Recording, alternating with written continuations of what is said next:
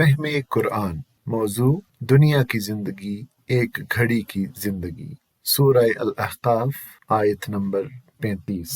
اعوذ باللہ من الشیطان الرجیم، بسم اللہ الرحمن الرحیم۔ كأنهم يوم يرون ما يوعدون لم يلبثوا إلا ساعة من نهار بلاغ فهل يهلك إلا القوم الفاسقون۔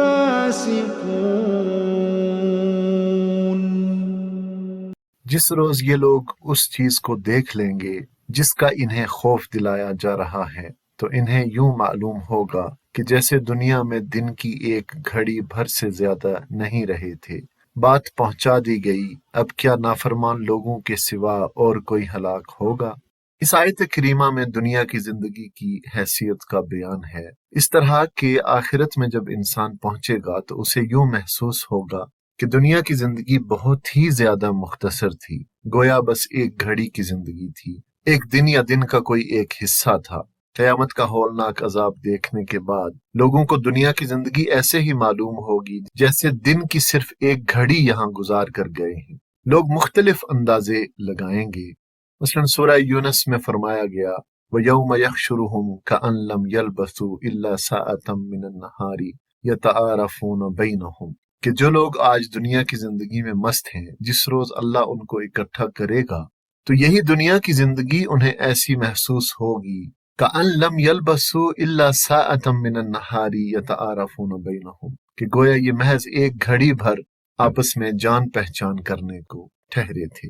سورہ روم میں فرمایا کہ یقسم المجرمون، قسمیں کھائیں گے مجرم، ما لبثوا غیر ساعۃ، کہ ہم ایک گھڑی ایک گھنٹے سے زیادہ نہیں ٹھہرے تھے۔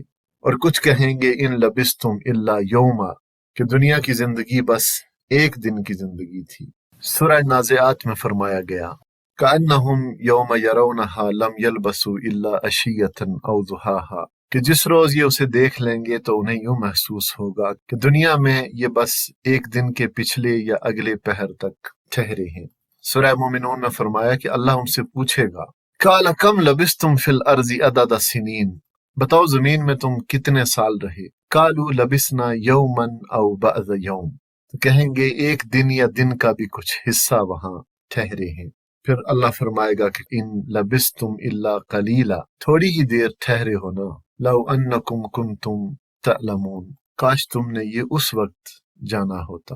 اور اس آیت کریمہ میں ان کے اس اندازے کا بیان ہے کہ انہیں یوں محسوس ہوگا کہ لم یلبثوا الا ساعۃ من نہار، کہ دنیا میں دن کی ایک گھڑی بھر سے زیادہ نہیں رہے تھے۔ تو معلوم ہوا کہ جس دنیا کے لیے انسان اپنی آخرت داؤ پر لگا دیتا ہے وہ آخرت میں اسے بہت ہی مختصر لگے گی، یوں محسوس ہوگا کہ گویا ایک گھڑی کی زندگی تھی۔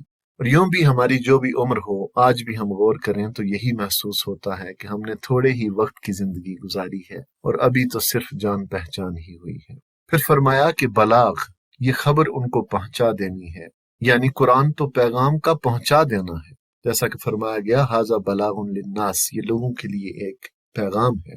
فَهَلْ يُهْلَكُ إِلَّا الْقَوْمُ الْفَاسِقُونَ، یعنی یہ خبر پہنچا دینا ان کو کہ دنیا کی زندگی بہت مختصر ہے، اس کی رنگینیوں میں پڑھ کے اپنی آخرت کو برباد نہ کریں، اور یہ خبر بھی کہ آخرت میں نافرمان لوگ ہی ہلاکت میں پڑیں گے۔